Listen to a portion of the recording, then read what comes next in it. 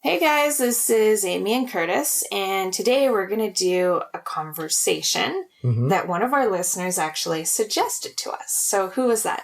That was Alfredo, and he's living in Venezuela. No, he's from Venezuela. Oh, okay. Where's he living? He's living in Argentina and working as a pilot. Oh, that's a cool job. So what did he ask us to talk about?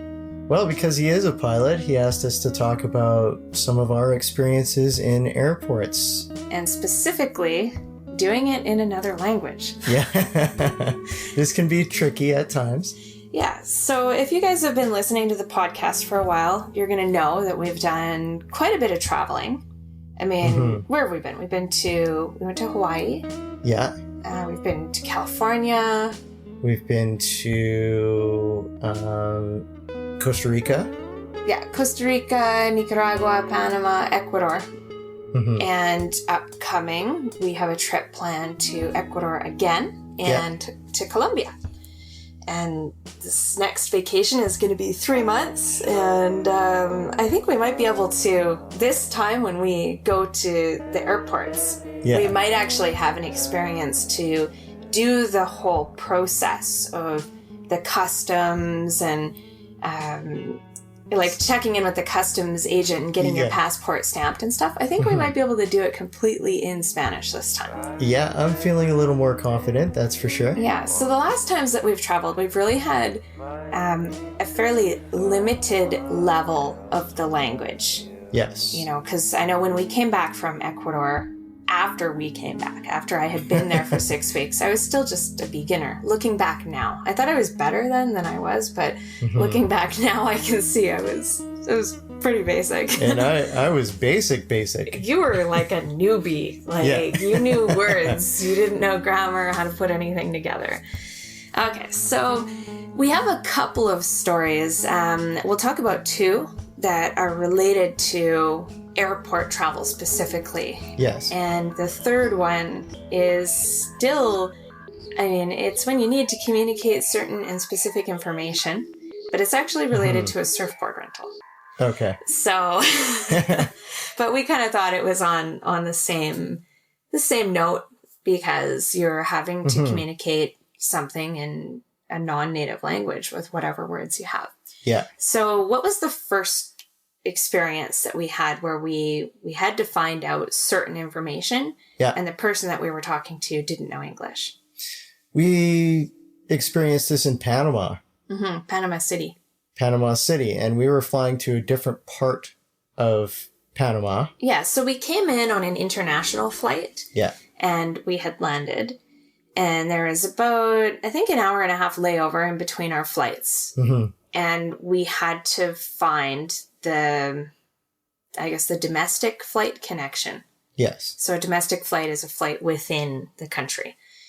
And anyway, I asked I don't know who it was. You know those people that are kind of at they're near the area where you get your tickets and boarding passes? And they're kind of at the end to help you. They're like an assistant to guide you around or give you information that you need. Yeah. Yeah. So anyway, I asked one of those people, where is the flight connection? We're going to Bocas de Toro. Where do we go to get that flight? And, he looked at me and he said, "Oh no, you need to be at the other airport. It's a 35-minute taxi ride from here." And we had to catch the plane in an hour and a half. And there was no way. And luckily, I don't trust what people tell me the first time when I know that it's probably wrong. Your gut instinct was... No, I knew our airplane was flying out of the Panama International Airport. Yeah. And that's it. I knew it was there. It wasn't, I knew about the other airport that he was talking about, and I knew on our ticket that wasn't the one that I had booked. And this was very limited Spanish. Very limited, because this is prior to our Ecuador trip. So this is about 3 years ago that we did this one. And anyway, so I asked another person and I asked another person, and finally we got the answer. And where was the terminal? The terminal was outside, and we had to walk to it. Yeah. And it was a crazy climate difference because the air in Panama City is super hot, very humid, moist air. Yeah. And the little waiting room was like an ice box. One extreme to the other. Yeah, it was interesting. But anyway, we got where we needed to go and everything was fine. But in this case, we had to use our limited Spanish to try to make a very important connection. And we didn't really have very much time. Mm-hmm. So it was, it gives you a little bit of anxiety when you can't communicate what you need. And you have another plane to catch. Yeah. And what happened with the second one? I think it was in Quito in Ecuador. Yeah. And it was really, really early in the morning. Oh, yeah. Because they make you show up 3 hours early for a international flight connection. Mm-hmm. But it wasn't even, the check-in area wasn't even open. No, there was nobody around. We were like, are we in the right area? Oh, yeah. Yeah. And again, I forgot about that, but we had to ask around in Spanish and try to make sure that was the area that we were supposed to be. And and then some of the employees showed up. A few more people started to line up in the queue line. And yeah, we were just standing there waiting to get to the counter. And we got to the counter and there was a problem. Yeah, and I think I know what the problem was. The problem was that we had changed our flights 2 weeks ago. Mm-hmm. And we were supposed to originally leave Ecuador and fly to Peru for 2 weeks, but we changed our mind because we were having such a good time on the coast in Ecuador. Yeah. We decided to stay longer. So somewhere in that process, when we went to go get our boarding passes, we needed to do some sort of extra step, some sort of registration. I don't know what it was. Yeah, maybe we had to sign a different piece of paper or I don't know. But I remember the first lady, she didn't speak English. None. And she was trying to explain to us what we needed. And she had to actually get another attendant that spoke a bit of English to explain what we needed to do. Yeah. And I don't think that I would have, if I didn't know any Spanish, I don't know what I would have done in that situation. Yeah. And anyway, so we had to go over to the other lady. And what was that like? It was a very bad experience. She didn't want to be at work that day. She was in a bad mood. That was the first Ecuadorian that we met that wasn't happy. That was the only Ecuadorian that we met that wasn't happy. And yeah, we were like the Latin American people when they're referring to North Americans that don't speak Spanish. They call them gringos. Yeah. So we're a couple of gringos and we show up and, we need help with something. And I don't even know what I needed help with. I handed her this piece of paper, tried to answer her questions and, We're all sleepy headed because it's early in the morning. We only had 3 hours of sleep or something. Yeah. It's crazy. And anyway, we got through that process. I don't know how, but we got through that. And we went through the check-in area. Mm-hmm. And because I was so tired, I forgot to take off my belt. And I had my cell phone tucked in my pocket. Yeah. And, of course, when I went through the metal detector... Yeah, had to... The alarm went off. Yeah. And I had to... Oh, shoot. I forgot my belt. And here's my cell phone. And the guy put it through a separate bin, but behind other people's bins that they have, like the bins for the security screening. Mm-hmm. And anyway, so we, went through, okay, I passed the test, no metal, mm-hmm. And we put on our shoes and put our laptop back in the backpack. Yeah, repacked everything up. Yeah, and off we went. And just after I left the security area, that you can't return back into. Yeah, we were going through, it was like a duty-free kind of area or something there, just past security. Yeah, duty-free, where they sell alcohol that's tax-free, or perfumes and electronics and things like that. Every airport has it. Yeah. And I went, oh no, I forgot my cell phone. Where's my cell phone? And of course I'm panicking because, my cell phone has all my contacts on it. And, it's expensive. Cell phones are expensive.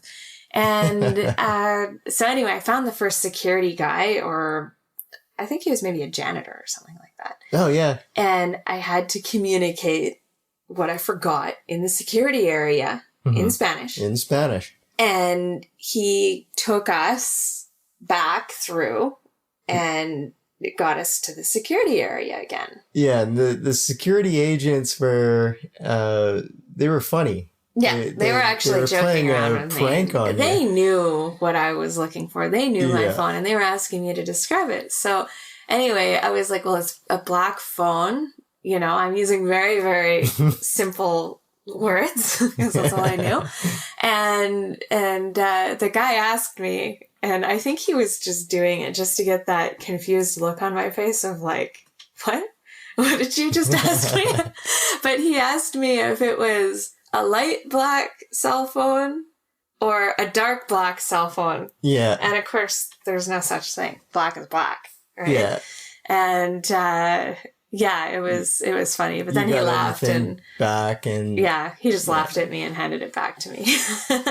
So what is your non-airport experience? Oh, okay. So what happened with our last vacation, we were in a fairly small town on the coast in Ecuador. And I remember there were only 3 people that spoke, varying levels of English. Most of them, it was like, I can count to 10 or say prices in English. Yeah. That was 2 of them. And the third one was actually a Chinese guy that was down there, and he had learned Spanish. And he knew English. And luckily, this Chinese guy, when I first made the deal with him to rent a surfboard, he knew English. And I was able to communicate it because I kind of went into the situation unplanned. Yeah. Like somebody had said, I think you can rent a surfboard at this internet cafe. And, I hadn't looked up any words to do with renting or talking about transportation, trying to get it delivered. So I had no idea how to express these ideas. And I was really, really happy when I went in. And it was the first and only time I asked anybody on the trip if they spoke English. Oh, yeah. And he did. And it was like, oh, good. Oh. Woo, perfect. And the thing that was complicated about it was that I actually needed the surfboard rental for about 3 weeks. And our accommodation was about 3 or 4 kilometers from the town. Yeah. And I needed to have it delivered and picked up when I was finished with the surfboard. And I think because it was a long-term rental and it was kind of the slow season, he decided that it would be okay and he would rent me the surfboard. Yeah. And deliver it to the location. And that was fine. Of course, that was in English, so that was fine. And then when I went back at the end of the time where I was finished using the surfboard and I was trying to arrange for it to be picked up and brought back to be returned because I had no way of getting this surfboard back to the rental place. And we weren't going to, walk down the street. It's a little too far. And it was a big surfboard. It wasn't like a little 4 or 5 foot surfboard. No. It was a longboard. So, it'd be hard to get, I don't even think we could get it on the bus. No. So anyway, we went back and I think it was his wife or something. Yeah. And I had prepared this time for the conversation. I learned the words I needed. I even wrote out a little explanation just in case she couldn't understand my horrible Spanish accent. Yeah, I think you even rehearsed it with me a few times. Oh, totally. I was prepared for this conversation. And I went into the surf shop or the internet cafe / surfboard rental place. And and the lady, I was talking to her and she had this look on her face like I was talking German or something. Yeah. And this was the only experience that I have ever had when I was trying to communicate in a foreign language. Yeah. And the person just did not get it. They could not understand me. Maybe they were bad with understanding foreign accents in that language. I don't really know. But it was pretty frustrating. It was hard. Yeah, it was really surprising to me. And really awkward. Yeah. Because I was like, I don't know what to do here. Okay, well, I'm going to leave. And hopefully when I come back, someone else is working that understands, broken Spanish. And anyway, so this experience, it actually gave me a really interesting sensation because when I left, of course, when you're trying to communicate and someone can't understand you, it kind of affects your confidence a little bit. It does. You're like, oh, am I that bad? Yeah. Is my accent that bad? Am I pronouncing something or everything really, really poorly or... Yeah. And I realized after that, no, this isn't the case. And I've come across this a few different times through language partners that I've been practicing with. And they have said similar things to me. Like one of my Colombian friends, he said that when he was in the United States and he was trying to communicate, people would just not give him the time of day. And I told him it's not that his English is bad. It's that those people they're not trying. No. And you can't force someone to try to understand you. They either want to or they don't. Yeah, it's a choice. It doesn't mean you're bad. Like, you're trying, man. You don't know their language like a native. You can't help it. You're trying. You're doing the best you can. Yeah. And if they're not trying to understand you, that's their problem. And you should never let that affect your confidence, ever. No, not at all. People that genuinely want to help will help. And, that was the most important thing. So anyway, I ended up, the next day we came back and we talked to the son-in-law. And he called his dad, and his dad knew about me, and he knew where I was staying, and everything was fine. We managed to get the surfboard picked up and delivered, and I paid them for the rental and everything. Everything worked out. So those are some of the situations that we've faced in our travels in a foreign language. I mean, there's been many more stories, usually on the bus, but in respect to airport travel and important situations where you needed to communicate. Yeah, and facing some language barriers.